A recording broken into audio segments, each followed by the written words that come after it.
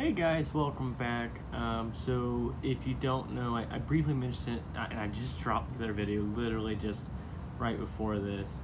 Um, so if you don't know, I had a series called PSA Quest for 100, and the whole point was because the PSA used to do bulk card send-in discounts. I finally got a response from them. They do not do that anymore. In terms of how they used to do it. So how they used to do it, and I know I've just been doing this recently, but I used to follow the PSA. I used to follow their deals and try and understand the system, and I did clearly understand that the best way to do things was via bulk, because they used to have it to where like they would charge $5 to $7 a card if you sent in like 100+ cards, which is totally worth it in terms of the fact that they generally charge $10 a card for anything below 100 cards. So if you send in 50 cards twice, you just paid $1,000. If you send in 100 cards at once, you would have only paid 500 and sometimes 700. So what we are now having to do in terms of just feasibility and flow and proper video etiquette and putting out more thorough videos is we're now breaking up the PSA Quest for 100 that we had. We're not going in direct order, and we're adding some others that have come in or didn't originally were put in the first 100. So we're doing it in groups of 20 because that is the minimum requirement for what I have for the PSA. I don't even have any quarterly specials with them because they don't have any quarterly specials for Pokemon cards right now. If you don't understand how upsetting that is, I am a platinum member. That's the highest membership you can have with them. And they have no quarterly specials for Pokemon cards. If I had to guess why, it's the current demand, but that is the reason why you should have it, in my opinion.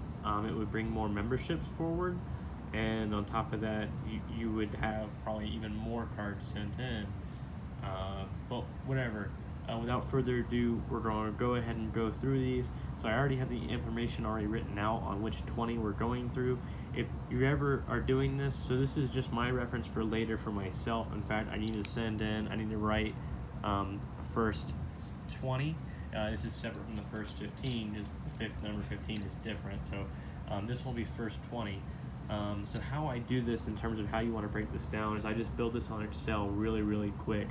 And so I just do Pokemon type, the name of the Pokemon card, holo/non-holo. We're going to be guessing here what we think it will get at the PSA. And this is for later when I'm filling out stuff online for the PSA send-in. After I do all this, I'm going to go ahead and actually type it up into my computer. This is just for video purposes and also for quick references in the card room. Now, one thing that just occurred while I was doing this is, so I also do some abbreviations, obviously. So H for yes, it's holo, NH for non-holo, and then I didn't add it on here. It came up, but REV for reverse holo. And then obviously, I don't know, we don't really call it holo technically if it's a GX, but technically it is a holo, so I put that down. Of course, I have the number of what the order they're going in. That's important because when you send stuff into the PSA, you actually have to put it in a certain order that you submit it to them, and then also make sure you list in the packaging. That's a whole other story. If you do PSA, just watch their videos on packaging in order to make sure you properly send stuff in, because they reserve the right to kick it back to you if you didn't send it in the correct order, which is kind of ridiculous. But whatever, that's without, whatever. Let's just go ahead and start reviewing some of these cards. So we're going to start with Espeon GX Rainbow. So I kind of already have things already penny sleeved and hard topper, so I'm going to pull that out. So in terms to me, it's really hard for me to find errors for these cards. I can see there's some sort of like micro scratches on the texture there, and like they'll pick that up, they will. I'd have to imagine though these rainbow cards are probably still super hard to grade for non-obvious damage. It looks like there's a little something with the corner there. I wouldn't say it's nuts, but I would say it's a little something. I mean, they're pretty to look at, but at the same time, I have to imagine if you're taking really long, close looks at these rainbow cards, you're probably going to lose your mind. So there's a little bit of nick, but it's not a whiting, so I don't really where that counts. The centering on the back is pretty fantastic, right? There is a little bit of whiting there. Um, it's more prevalent when I put my hand behind it. Whiting's a lot harder to see behind a white surface. My bad, guys. But now you can see the whiting. Um, Other than that, there's really nothing too crazy with it. I would guess 8 to 9. It's not a 10. I know they're going to catch those things. So I'm going to do a guess on 8 to 9. Also, guys, make sure you're guessing the grades on all of these in this video. There's no guarantee on if we'll do a giveaway, but we've done giveaways based on people who have guessed the grades correctly on our previous videos. And that Blastoise, that Shadowless Blastoise, is finally coming back in. We should see it next week. We'll reveal the grade then. Now, without further ado, I actually found it. I mentioned that I thought I sold it. I did sell some break cards in the past, but this wasn't one of them. This is my Lugia break card. And by the way, I don't go out and buy these sleeves. These are just sometimes the sleeves I get when I buy stuff by the binder, or when I buy stuff by just a stack, or get stuff off eBay. These are cool sleeves. I like all these cool sleeves. If I were to ever choose to play the game, I would probably use my own sleeves. One, the design is nice. They're a little bit thicker and a little bit more resistant. The other advantage is also with them being a little bit thicker, they don't move around as much in these top loaders.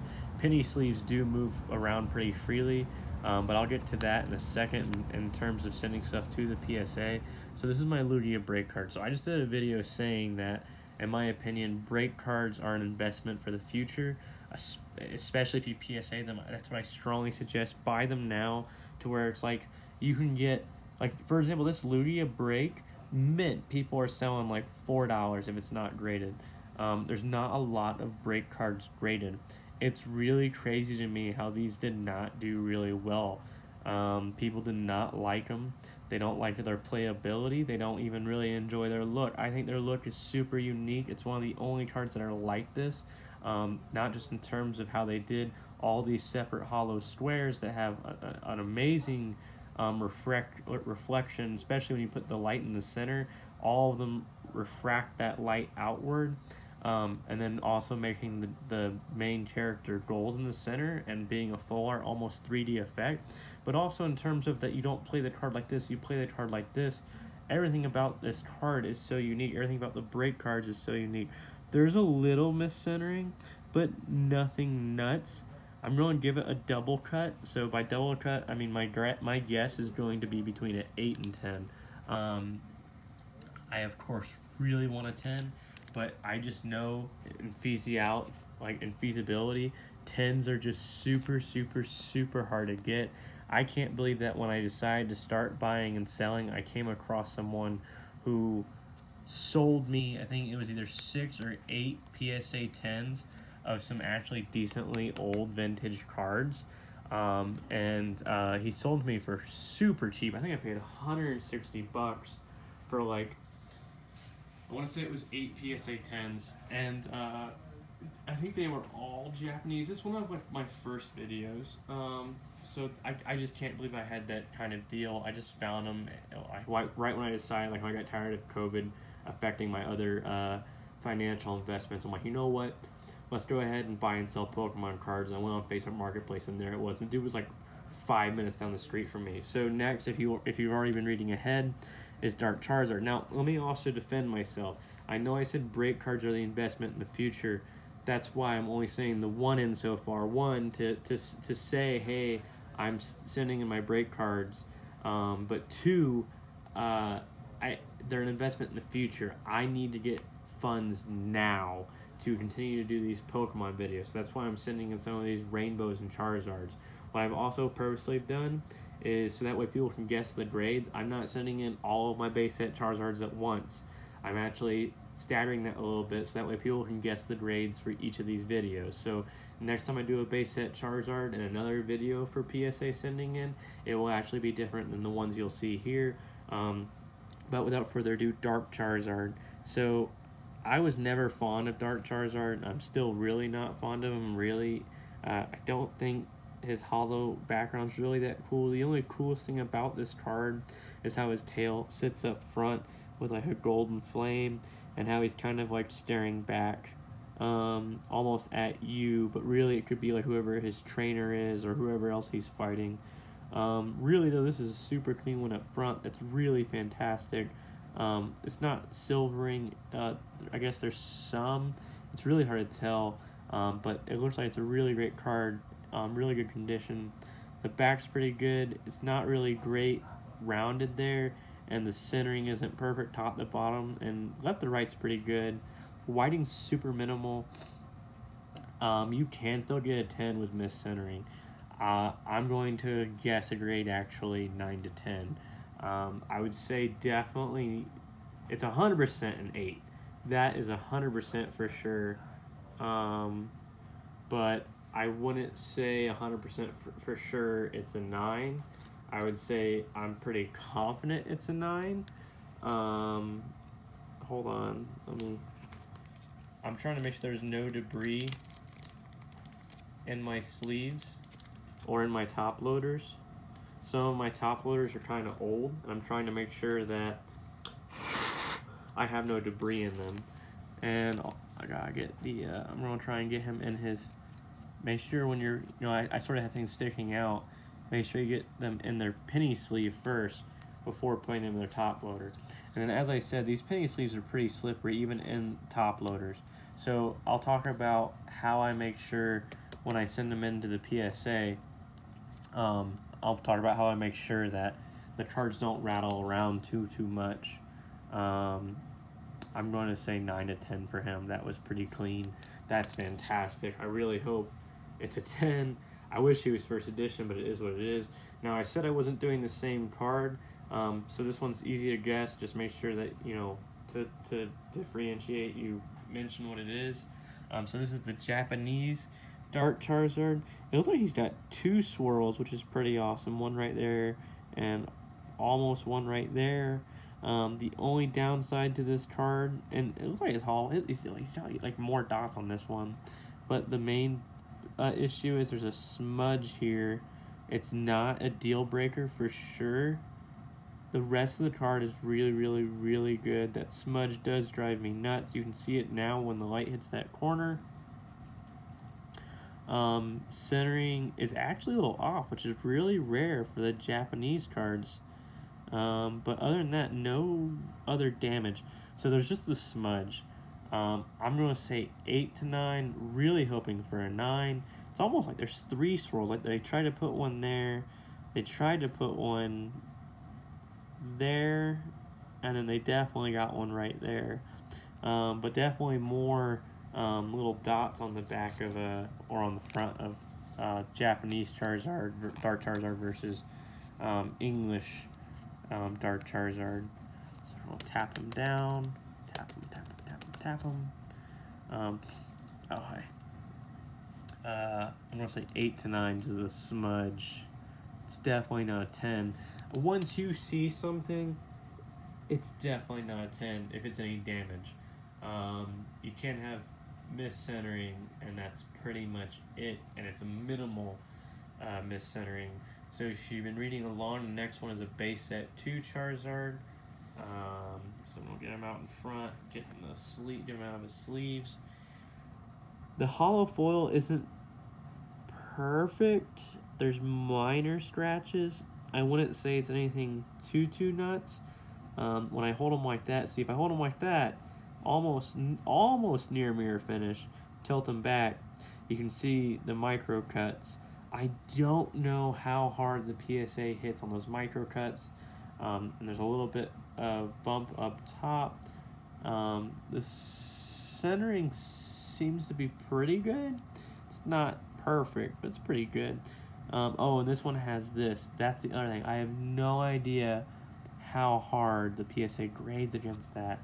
That's really rough. If it was base set Charizard, I wouldn't be too concerned. Base set 2 still goes for a lot, but not nearly as much. I'm going to guess in terms low again. But I'm going to give it, oh man, this is rough. There's not much whiting. I'm going to give it a term between 2. I'm going to say 5 to 7. And once again, guys, make sure you are guessing the grades. Make sure the way you guess the grades is please do it all in one comment if you can. Um, if you haven't, that's fine. But make sure you are guessing the grades, and pretty much just type up the name of the card and its type. So make sure you say like Dark Charizard and then also Dark Charizard Japanese, to separate, and just have the number guess you have for each one right next to the name. So the next one, in my opinion, this card's so dope in my opinion. I don't even think I knew he came as a holo as a kid until I was a little bit older. Not in perfect conditions. I'm gonna go ahead and start right there. Dark Dragonite. Even when I hold him in like the light that should like really make him stand out really nicely, you can still see some of the micro scratches. When I tilt them back, the scratches are a little bit more prevalent. Once again, though, I don't know how hard they grade in terms of that. The centering seems to be pretty good. It just seems to be thick, but it's thick all around, so it's even. So I don't really know how to consider that. I look at this too in terms of stats. Dragonite was supposed to be 7 foot 3 inches and 463 pounds. If you don't know, Charizard was like 5 foot 7 inches, 200 pounds on his. Here, let me pull it back in just real quick so you can see that. So in terms, like, I could probably beat Charizard in a fist fight. Like Pokemon powers excluded. Dragonite is an absolute unit, man. That's a whole like 2 feet on him and a 263 pounds. The fact that he flies so fast in the show is ridiculous too, and not just dive bombing. He literally is known for flight. Yeah, sorry, I wanted to. That's nuts. In terms of size stats, which makes more sense. It's what people thought Charizard was pretty much too. The back is pretty clean, little nick up there, but no really any white. Oh, a little bit of whiting there. I could see this. I could see it scoring an 8, but I wouldn't say it's super strong. Likely. I'm going to guess between 7 and 8.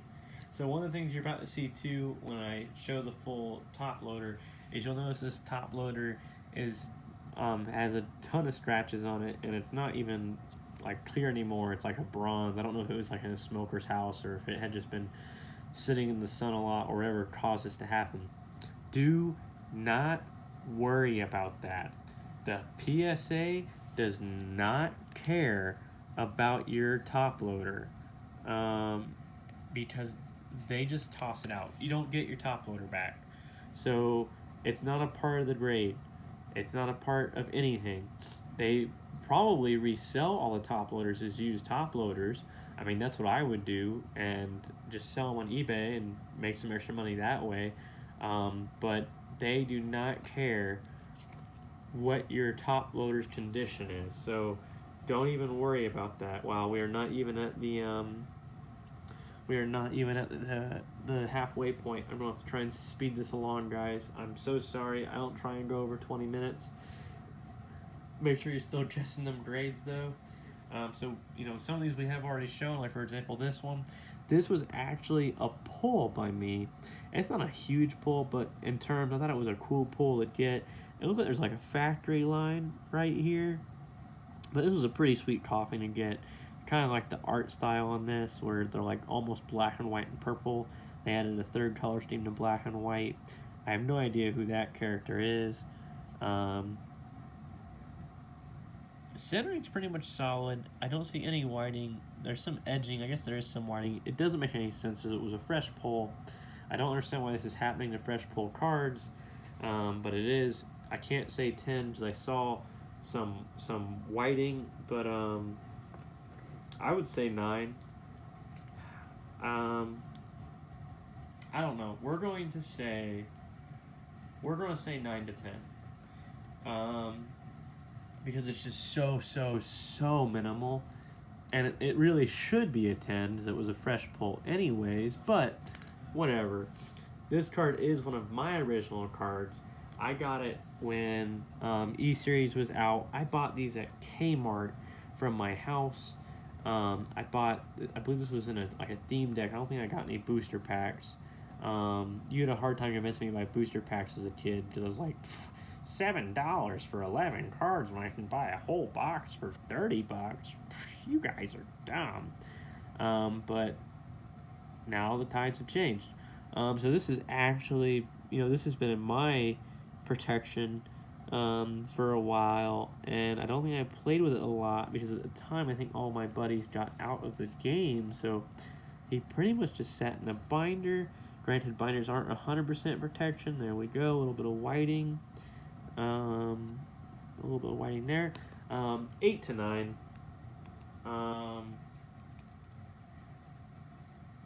No, I'm going to say 8 to 10. I know there's whiting, and I know I said that you're not supposed to get a 10 with any damage, but some of this is just so tiny. I'm going to say 8 to 10. I mean, I don't get to decide. These are just my guesses. And you guys are just guessing as best you can from what you can see on camera. And I'm trying to make sure you get as much of a chance of guessing things as anyone else. So this was also a pull I did from a Sun and Moon Burning Shadows Elite Trainer box. I was definitely wanting to pull the Rainbow Charizard, but any Rainbow was definitely a cool pull to get. These aren't worth a huge amount of money, but it's still a cool card. I still enjoy it. It was a fresh pull. The coring's a little off. There's like a little bit of whiting. I don't understand why these fresh pulls are having whiting. It's really upsetting. It's not here and there. It technically can't be a 10. I'm going to guess 8 to 10. My more solid guess is a 9, but I'm going to say 8 to 10. I really believe it's just a solid 9, but I'm going to say 8 to 10. And also the issue that I have too, one, I haven't had many PSA cards come back. I've only had 2. I guessed really low for those, which was surprising. But I guess it's just as I've been told to be really hard on my guesses.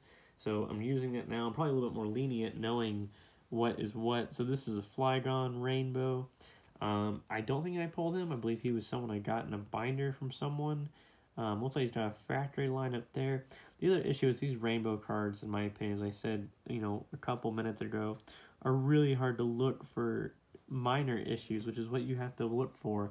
The minor issues is what what separates 10s from 9s and 9s from 8s, and the major issues is what separates 8s to 7s, and then just destructive issues is what separates basically 6s and 5s and then down.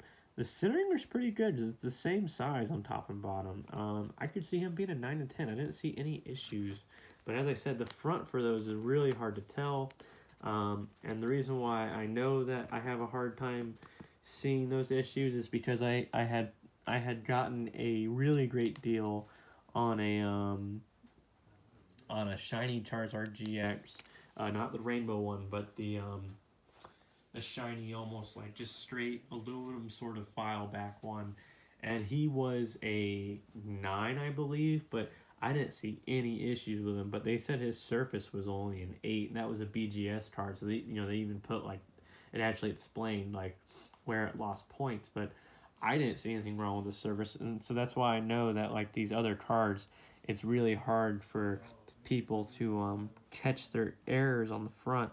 So I would never really suggest buying these from someone in hopes that you get a good grade, because they're really hard to see errors on, and the PSA and BGS, they're apparently looking for something that I don't know what to look for. Granted, that wasn't a card I sent in. It was still a wonderful card. I made a little bit of money off of it. Very little, because eBay takes a huge cut. So the centering on this one is off top to bottom. Left to right's pretty good. I'm still going to say 9 to 10. I definitely think it's a 9. I didn't see any issues besides the centering part. But as I said, you can still get a 10 with off centering, but it's only allowed to be off by so much. And I was reading about it. I didn't fully understand the parameters behind that in terms of how much. But we're going to say 9 and 10 and just hope for the best. Now, this next one is also in the same category in terms of like really hard to grade. for us, because there's certain things that we don't understand that the PSA and BGS are looking for. So this isn't the error card. I don't seem to have a lot of error cards. I keep trying to find them. I keep trying to buy them. I can never seem to find them. I think everyone's really picking them out before me. This is the 2001, the English version. I learned this actually from Vintage Pokemon Hunter Brothers on his Mew collection, or on the different Ancient Mews. He's got 2 videos on it. I believe there's one specifically just for Ancient Mews. And he talked about all the differences between them. But on this card, I don't see any major issues. But once again, it's going to come down to, there's just certain things that, so there's like a little bump there, and the corner uprises a little bit, but it's not crazy. I'm going to guess 8 to 10, and the only reason why I'm so wild on that is I don't know all the factors that PSA is looking for when it comes to these, in my opinion, kind of obscure cards. I know like everyone has Ancient Mew, like almost everyone has that in their collection. He's just such a cool card, but if I had to guess, 8 to 10, really I believe it's a 9, but I'm not the PSA. Now, this card was cool to me. This was one of the first ones I'd ever seen to where only the Pokemon is hollow. I think this is one of the original kind of shiny Pokemon. So this is Shining Volcanion.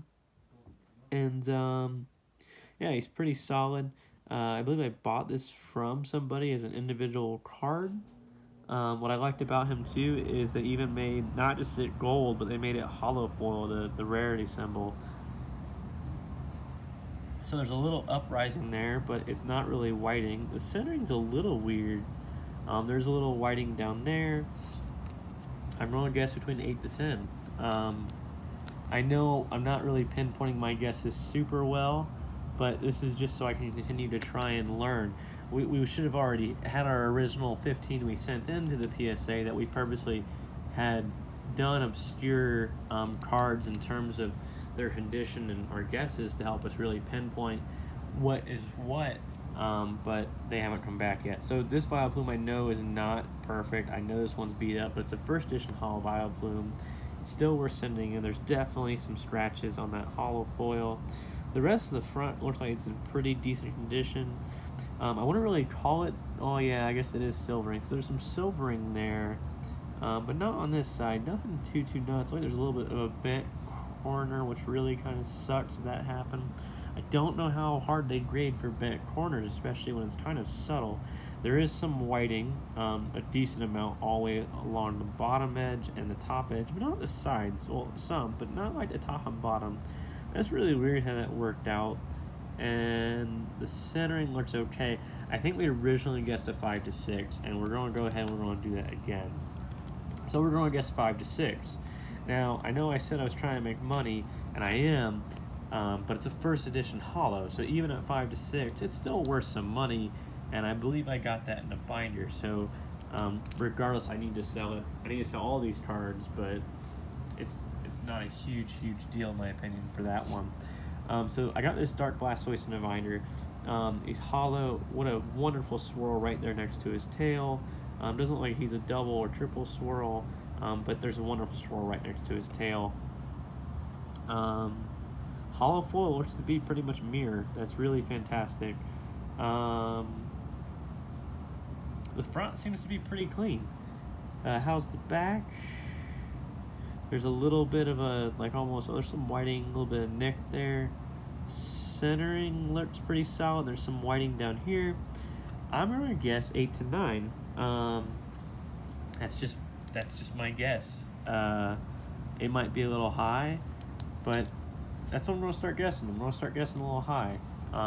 The other issue that I have with the PSA in terms of this market is the market is really volatile. A lot of PokeTubers are talking about that. A lot of people who buy and sell Pokemon card PokeTubers. And it's true, the market is really volatile. And so, why is this being like this? Hold on. I'm trying to be really careful. This is weird. I think it's the top loader. I'm going to change out this top loader really, really quick. I happen to have, I think, a top loader's right there on my card table. Hopefully it's a top loader. Let's see. Come on. Come on. And so the issue is I could miss some huge grabs in terms of profit. I really want to try and get some money immediately so I can continue to fund things. But I am, of course, a very patient man, so I'm willing to wait. The market will go back up, just probably slowly. We've had these random spikes in the market due to COVID keeping people inside. So it's a first edition hollow Maltrace fossil. Fantastic, fantastic. Not really too many scratches in the hollow foil, so awesome. There is some stuff with the corner and some stuff with the sides. Not a deal breaker, and some silvering there. The back is in pretty good condition. The centering looks pretty solid. It's a little off. Nothing too nuts. It looks pretty good. I'm gonna guess 8 to 9. It's not a 10. I'm gonna guess 8 to 9. If that came back at 10 though, I'd probably pull a Leonhardt. I'd probably scream like a little girl if this came back at 10. It's definitely not going to though, looking at it. I'm gonna guess 8 to 9. And 9's probably a little high. It's probably more an 8. But hey, let's go ahead and wrap up our guess. Okay guys, just 4 more. Stick with me. If you've made it this far, thank you so much. So Magneton, just fossil Magneton. Not in perfect condition. There's a little bit of stuff here and there. The issues with these, and I thought Magneton is just a cool Pokemon. He's just a combination of his base 3 times over. The issue with Magnetons though is they don't tend to be worth a lot. There is one I found out from one PokeTuber, Dark Magneton. If you can get him in a PSA 10, he is worth a ton. Because when I don't remember how old their video was. So I'd probably say 8 to 9. I see some stuff up top. I don't know how old their video was, but they were saying that there is only a pop of 1 for a PSA 10 Hollow Dark Magneton. I don't even know if they make that. Oh, I guess they would technically make that in first edition. But I don't think they were talking about the first edition one. I think they were just talking about literally just a standard Dark Magneton Hollow, because the mirror background is it's so easy to scratch. This next one I got for a great deal in my opinion, is I bought it with a whole binder, and if this thing comes back in any decent condition, this one is worth pretty much more than the whole binder. So fantastic for me. And I see a wonderful swirl on it, really dominant swirl down there. I think it's the only one. It's a first edition Dark Raichu. I thought these went for more, but they still go for a decent amount. I'm seeing really minor stuff, nothing nuts. I was so excited. It's a little bit off there. I'm going to guess 9 to 10. That's a really clean card. If it came back at 10, also just crazy. I have no idea how much they go for, really, actually, especially lately. I'm going to guess 9 to 10. I think the possibility of it coming back at 10 is possible. 10s exist, boys. So this one's definitely not a 10. It may not even be an 8. That really sucks. So it's a shadowless first edition Machamp. You can see there's some scratches already on his hollow foil. He's got some of his ink stuff sort of missing here. His centering's pretty good. A little bent corner, nothing too nuts. Not even a strong bend really. And then the back. The back has a lot of wax left, but there's like some sort of dent here. It's really hard to tell, in my opinion. Like from just because I don't have a huge experience yet. But if I were to guess 6 to 8, and I know the 8 is high, but this Machamp was in similar condition to that Charizard I sent in, and well, now it looks like there's more whiting showing up. So it looked like there was whiting that was missing because of the paper. Oh, hey, so 6 to 7 I think is pretty feasible actually, because there wasn't that much whiting on that Shadowless Charizard I sent in. So I had guessed basically I think 6 to 7 on that Shadowless Charizard I sent in, and it came back at an 8, which was freaking phenomenal. And then last but not least, base Charizard. So let's go ahead and pull them out. This one I wish was in cleaner condition. It just isn't. It's whatever. If you don't know, I want to kick myself in the teeth so bad because I had like 3 of these things that I sold on eBay ungraded, and they went like for $150. I don't think I'm ever gonna make that mistake ever again. Um, it has so many scratches on the hollow foil. It's beat up across the top. It's not a pretty card by any means. 3 to 4. There's even some stains up here. And that's probably high. I know some of you are probably rolling your eyes like, really? But the fact that that Shadowless Charizard came back at 8 was pretty nuts. So I'm going to guess 3 to 4. And you can see also I put them in a top loader that is like faded and scratched up. And as I said earlier, it doesn't matter. Wow, I'm so sorry for going up to 36 minutes. But it is what it is. Hold on, let me get that in right. Okay, so real quick, as I said, I don't like using the card savers because I don't like the fact that they're not as strong as top loaders. I already penny sleeve my stuff, or I use whatever sleeves I have available as long as they're clean, and then I use them into a top loader. And even if I do use the penny savers, I do have use the card pro savers that the PSA wants you to use because they sell them, and I think they're the makers of them. I don't, and the whole point is those pro savers do keep the card from moving around left to right and bumping inside in the hard corners or falling out, because as you saw, it was pretty easy to put these in and out of the top loaders. And the PSA also, because it takes more time on their part, granted it's just a quick slit, they don't want you to put any sort of tape on top of each top loader seal, because they don't want you to eat up their time in terms of them taking tape off. And then also, they don't get as much when they resell your top loaders. So the way around that is when you package your stuff to send to the PSA, make sure you tightly get that bubble wrap around them, and then do your rubber bands. You really don't need to use 2 pieces of cardboard with stuff that's already in top loaders, especially this nice little 20 card brick.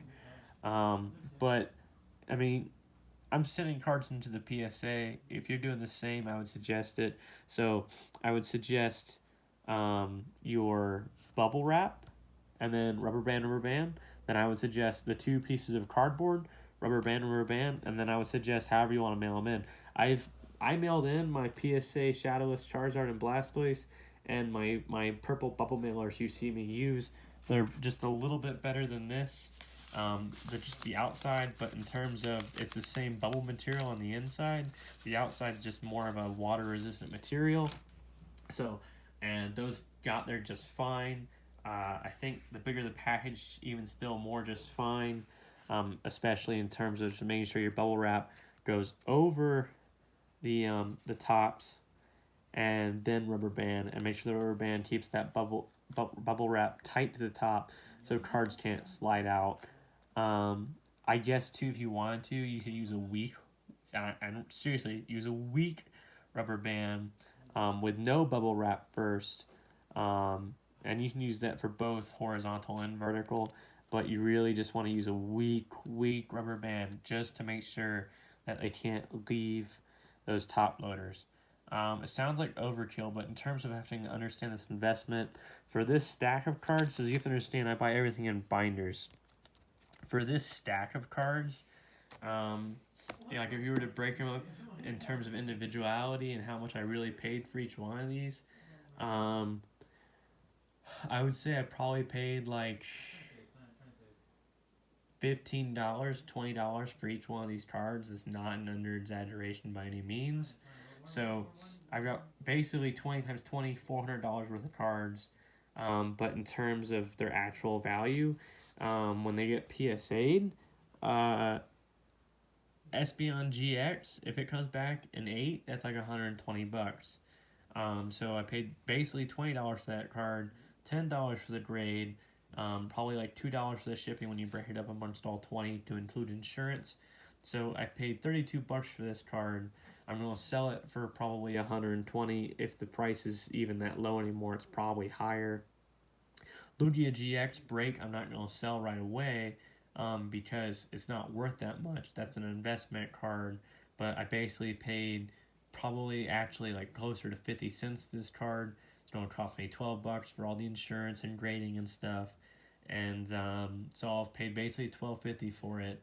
And it will probably, if it comes back at 10 right off the bat, it's worth $100. If I wait 5 years, 10 years, it's worth $1,000 to $5,000 to maybe even $10,000. So yeah, I'm gonna wait. Dark Charizard. I actually paid pretty much like $20 for that Dark Charizard. If it comes back at 9 to 10, which I think the 9 is super feasible, 8 100% guaranteed. 8s I think are going for like $500, and that's probably gonna be even more by the time it comes back. But in terms of like, if it comes back at 9, that's like $1,000. So if it comes back at 10, it's a huge amount of money. So yeah, I just want you to see the terms of investment. Now there is the time wait, but that's a whole other story. I am so sorry for going past 40 minutes, guys. I'm going to drop this video. I hope everyone's having a good time, good night, good week. Veterans Day is coming up, so make sure that you tell someone thank you for your service. And if you don't, that's fine. A lot of them actually don't like that. And if any of them are acting a fool, because they like to act that way on Veterans Day, it's usually just out of tradition to act a fool on Veterans Day. So I hope everyone's having a good time. I hope everyone's doing fine. I hope I'm dropping content that people really enjoy. I know I've dropped some investment content. I've had some people enjoy that. Look, while I have you for just this one little second, why am I dropping this investment material if I'm trying to make money? I am not a cajillionaire. I'm not even a millionaire. I don't have enough money to buy up every last break card. I don't have. I don't. It's not worth my risk to buy up every last break card. So it's not worth it to me to try and buy them all out and have in terms hope for a long-term investment. Now I'm pretty solid on my guess. I'm sending one in. I'm going to send more in. I'm purposely delaying them because they're a long-term investment in terms of 5 to 10 years. Really, it's not even that long in actual investments. But in terms of Pokemon, it's a long-term investment. But you have to think those base set cards were a 20-year investment. The ones that have blown up. So that's why I put the information out there. On top of that, I have less than 100 subscribers. So that information's not going to blow up drastically. Now, my other opinion on why I believe break cards are going to be a huge, huge hit in the future is the same reason E-Series has been a huge hit. I reflect on E-Series when I was a kid in terms of getting them, and I was not impressed with E-Series cards in terms of their art. And there was some creativity to them in terms of the fact you could use them with the e-reader and stuff for your Game Boy. But I didn't have that, so that didn't matter to me. But in terms of their art, I thought the E-Series cards were a pretty big flop. But a lot of people like them because they're different, and I get it. When I was a kid, though, they were a huge flop. Even still as an adult, I'm really not impressed with the E-Series cards. They were a short run card that people weren't impressed with. Sound familiar? That's your break cards, homies. Your break cards were a short run card that people were not fond of. It's going to jump. It took E-Series a little while to jump. And the only reason why they jumped is because they were limited ran, and not a lot of people bought them because they weren't impressed. And then, of course, the extra add-on was Wizards of the Coast. That was their final run. That's the add-on. To me, the break cards look fantastic. They are awesome in the fact that they're horizontal versus vertical. They're the only Pokemon cards you play like that. They are so short run, they are so unwanted, and people are selling them for mint ungraded $1 to $4 a piece. You can bid off a whole stack for you can win a whole stack for like $20. And granted, they're all not going to be mint, obviously, but you're going to get a few pulls. I honestly, super honestly believe it's worth a long term investment. I would not say blow a ton of money in this. There's a possibility I'm wrong. I really doubt it, though. I was right about the Jester Pikachu. I'm pretty certain I'm right about these break cards. My suggestion, depending on how much you drop in for funding, whatever you're comfortable with, I would do roughly $50 to $100 just in buying the break cards, especially if you can buy them for $1 to $4 a piece. Focus on getting ones that are going to be PSA 9s to 10s, because you're going to see those returns in the first 5 years easily, and then you'll see them be major returns in 10 years versus your 7s to 8s. Avoid anything below PSA 7.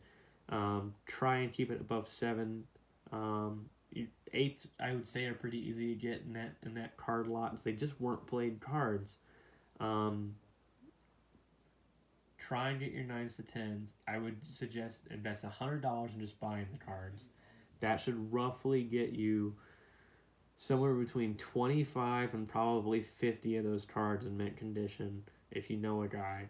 And then if you spend the money to have them PSA'd, properly store them, before you send them to PSA, properly store them, properly send them and stuff. This is just how you should store your cards that are worth something. Send them in, get them graded, get your grades back, and store them away somewhere safe and that you know where they're at so no one accidentally throws them away or sells them or does whatever. And you will see a return in 5 to 10 years. I really strongly suggest it. If you've been this far in this video, I'm sorry I went on a rant. It's just really good information. I just really wanted to defend my point on why those are such a good investment, and I really wanted to explain why I don't have a ton of them. I'm trying to do quick returns. I am working on that being my long term. I'm probably going to invest another $100 just in buying those cards. And look at my other video that kind of explains which other ones you should really look for specifically. You should really try and get all of them, but as you know, there's specific cards that are just worth more than others, and we see that in all of our sets. I'm so sorry, guys. We're at 48 minutes. Have a good night wherever time zone you're in, whenever you watch this video. I really hope this information is super relevant to you. I really hope it's super useful. And make sure you guess those grades. Thanks. Bye.